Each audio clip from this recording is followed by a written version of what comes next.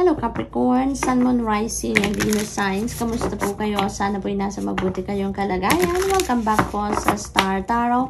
Kung bago kayo rito, welcome na welcome din kayo. Thank you sa inyong suporta. I truly appreciate it and God bless you all. Tignan natin ang mga messages ninyo for November 11. Grace and gratitude. Through gratitude, joy expands. Ayan. So, parang ano to? Parang merong mga blessings na parating sa inyo dito Capricorn, ano?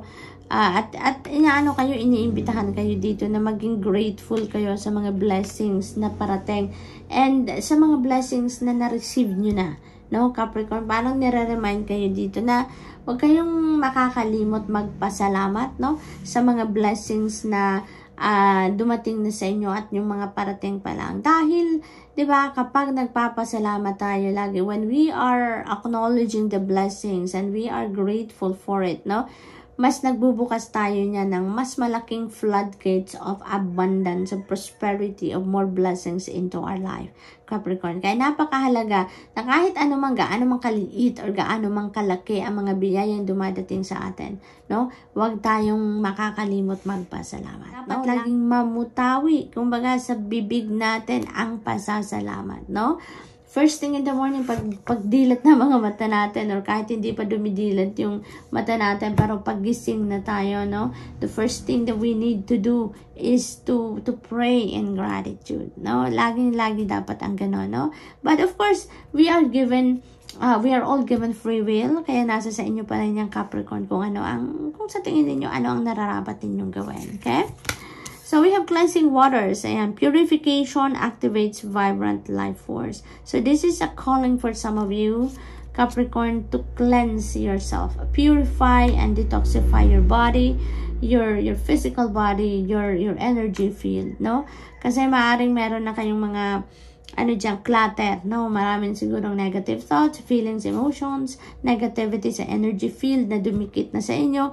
Kaya kailangan na ninyong linisin, no? Ang sarili ninyo. Linisin ang buhay ninyo in general, okay? Nang sa gayon, mas maging maganda ang pakiramdam ninyo. Liliwanag ang inyong aura. Alam mo yun, mapapayapa ang inyong pakiramdam. Maaliwalas ang inyong isipan. Yung mga ganon. So, we have discovering truth. Ayan. Maaaring iba sa inyo dito, merong truth, no, na madidiscover. Maaring may katotohanan that is come to light, no? Maaring that is about other people, no? Or maaring that is about you, na madidiscover ninyo sa ngayon. Maari din naman ang iba sa inyo dito, may madidiscovering kayo, new talents, gifts and skills ninyo, no? Capricorn, maaring ngayon lang ninyo yan malalaman din, no? About yourself. Maaring ganun din ang sitwasyon. What else? We have embracing enthusiasm. Shout to the heavens with happiness. So, looks like Capricorn, maaring merong magandang pangyayari dito sa buhay ninyo. Maganda ang pakiramdam ninyo. Kaya talagang you're going to shout for joy dito, no? Maaari din naman may mga blessings na parating talaga sa inyo. Kaya naman, yun ay magdadagdag ng inyong kasiyahan, no? Maaaring meron ditong mga bagay na mangyayari sa buhay ninyo na surprising para sa inyo. Surprise in a good way, no? Maaaring ganun din. What else? We have finding sanctuary, opening to your spiritual source. Ayan. So, parang iniimbitahan kayo dito, no, ng spirit to find your inner sanctuary, Capricorn. You really need to do some kind of reflection. You really need to do some kind of solitude, introspection. Nang sa gayon, unang-una makapag-declutter kayo ng inyong sarili, makapag-declutter kayo ng isip ninyo, ng puso ninyo, nararamdaman ninyo, and at the same time, no, to go deep within, connect with the source, connect with God, connect with your higher consciousness, no, tap into your soul, no, yung ganun, parang siguro for the longest time, Capricorn, lagi kayong busy, lagi kayong may ginagawa, lagi kayong maraming inaasikaso to the extent na siguro hindi kayo nagkakaroon ng time para mag-meditate man lang, mag-pray, yung ganon, no, yung makapag-reconnect kayo sa sarili ninyo, sa soul ninyo, and most importantly sa Panginoon and the rest of your spirit team. Kaya this is a reminder for some of you, no, na please make time, no, to find your inner sanctuary, nang sa gayon makapag-reconnect kayo sa source, sa Panginoon, no? And at the same time, makapag-declutter kayo ng inyong sarili din. So, good luck, Capricorn, and that's all I have for you for today. I hope nakatulong ang mga mensahe nito in some way. Thank you for watching. Love and light. Namaste. Hello, Virgo, Sun, Moon, Rising, and Venus signs. Kamusta kayo? Sana po nasa mabuti kayong kalagayan. Welcome back po sa Star Tarot. At kung bago kayo rito, welcome na welcome din kayo. Thank you sa inyong suporta. I truly appreciate it and God bless you all. Tingnan natin ang mga mensahe for you, Virgo. Watching clouds and lie back, rest and relax. Maring pagod na kayo, Virgo. Maring exhausted na kayo physically, mentally, emotionally dito, no? Kaya inaanyayahan kayo dito na mag-relax muna kayo, magpahinga kayo, no? Matulog, mahiga, yung ganon, kasi maaring nararamdaman ko dito for some of you, Virgo, maaaring may pananakit ng likod, no? Lumbar area siguro, may pananakit ng gano'n ang iba sa inyo, lower back, no? Maaaring may pananakit ng ibang parte ng katawan ng iba sa inyo dito, kaya parang pinagpapahinga muna kayo dito, no? So, maaari din naman dito, Virgo, na talagang exhausted na kayo and you need to recharge, you need to rejuvenate, recuperate and recharge, nang sa gayon maibalik ninyo ang lakas ng inyong pangangatawan, yung inyong physical strength, no? Ang ma-revitalize kayo, kumbaga. So, we also have begin now. Take your first step na. Wag na kayong magpatumpik-tumpik pa. Wag kayong mag-procrastinate. Whatever it is that you are thinking to do, do it now. No? Begin now. Take your first step na. Nang sa gayon, makapagsimula na kayo, no, ng journey ninyo patungo sa kung ano man ang pinaplano ninyo, sa kung ano man yung ine-envision ninyo na gusto ninyong mangyari sa inyong 3D reality, no?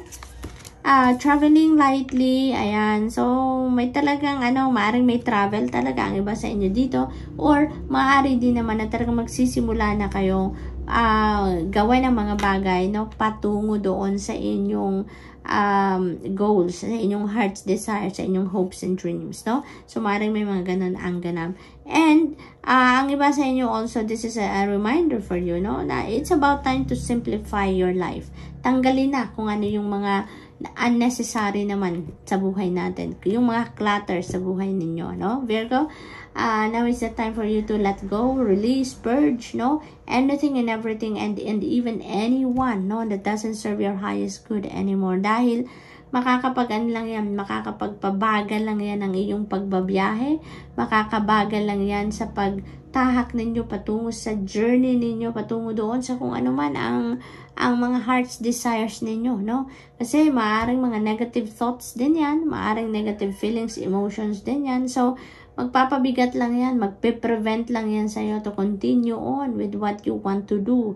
Diba? Maaaring ganon. So, makakasagabal lang ang mga clutter na yan sa buhay ninyo. Kaya, before you embark on this new beginning, no, before you embark on this journey, no, might as well na magmuni-muni kayo, mag-reflect kayo, magpahinga kayo muna nang makapag-recharge kayo, and at the same time, habang nagpapahinga kayo, no, you can re-evaluate the things that are happening sa buhay ninyo.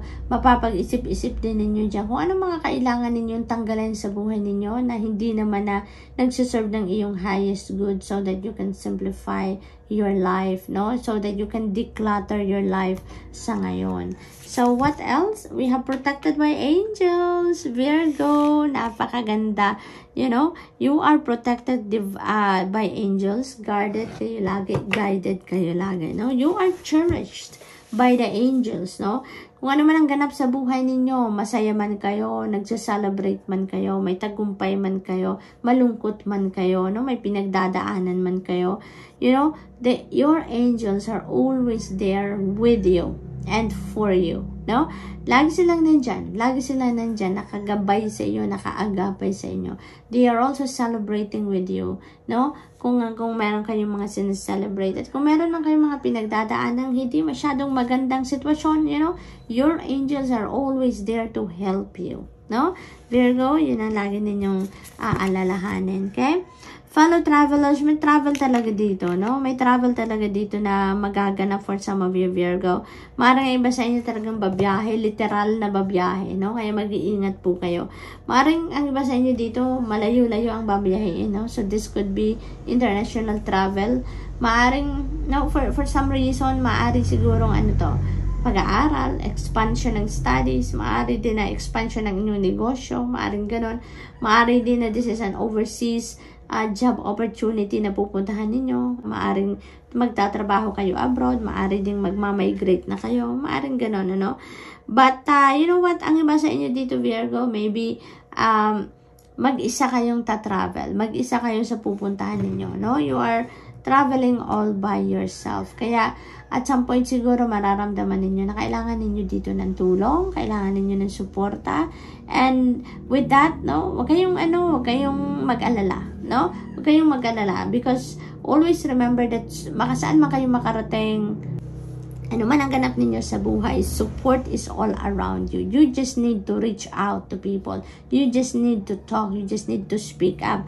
Nang sa gayon, matulungan kayo ng mga tao na nasa paligid ninyo. Okay? So, Virgo, good luck. And that's all I have for you for today. I hope nakatulong ang mga mensaheng ito in some way. Thank you for watching. Love and light. Namaste.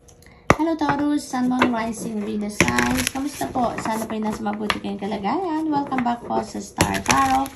Kung bago po kayo rito, welcome din po kayo. Thank you po sa inyong support. I truly appreciate it and God bless you all. Tignan natin ang mga messages po ninyo for November 11. Taurus, pauna mensahe ninyo. Journey by Moonlight. Ayan. So, believe in magic, no? Taurus, believe in magic. Dahil lahat naman ng bagay, di ba, nangyayari sa buhay natin is magical. Very magical. Minsan may mga nangyayari din sa buhay natin na hindi natin mahanapan na rason, di ba? Hindi natin malaman kung bakit nangyayari, bakit dumadating, mga bagay-bagay na ganyan. May mga bakit nangyayari, mga ganong bagay sa buhay natin. Di ba? May mga ganong pagkakataon tayo paminsan. Kaya, na lang, no? I-embrace na lang natin, no? Sometimes, hindi na natin kailangang alamin, di ba? Because it's very mysterious. Life is very mysterious, di ba? Kaya i-embrace na lang natin ang mga ganong pangyayari, no? So, yun ang napipick up ko dyan for some of you. Namatay yung ilaw ko, pasensya na. We have first light and beginning a new cycle. Ayan. So, there is a new beginning energy dito, Taurus. You are beginning something new. You're starting something new, something fresh dito sa buhay ninyo. So, maaring yan? Maaring bagong relationship. Yun ang una-una ko na pick up. Maaring bagong trabaho. Bagong career, bagong endeavor. It could be anything. But definitely, you're starting something fresh dito, Virgo. Oh, I'm sorry, Taurus. Virgo talaga, Taurus, maaaring meron kayong Virgo placement sa inyong chart. Or maaari din na you are going to be dealing with a Virgo around this time. Kaya sumingit talaga si Virgo. Breaking trail, ayan, na breakthrough is at hand. Napakaganda. Kasi kung ano man ang mga pinagdadaanan ninyo, maaaring may mga challenging situation na pinagdadaanan ng iba sa inyo dito, you know, your breakthrough is at hand. Nandiyan na, masusolusyonan nyo na. Maaaring na sa inyong mga kamay na ang susi, no, para sa pagbukas ng path para sa bagong buhay ninyo, no, yung makakaalis na kayo sa kung ano man ang difficult situation na pinagdadaanan ninyo sa ngayon, kung meron man, Taurus. What else? We have rainbow blessings. Blessings are showering your life. Napakaganda. Napaka-blessed ninyo, no? So, maaaring yung mga blessings na to, no? Magtataka kayo siguro. Bakit? Anong ginawa ko para magkaroon ako ng ganitong blessing? Diba? Yung mga ganon. Paano to nangyari? Diba? Yung mga ganon. So, wag nyo nang alalahanin ng mga yon. Let's just embrace the mystery of life. Diba? Because everything is magic, no? Everything is happening according to the divine plan naman. Kaya wag na nating alaman kung ano ang dahilan bakit tayo nagkakaroon ng mga ganitong mga biyaya, 'di ba?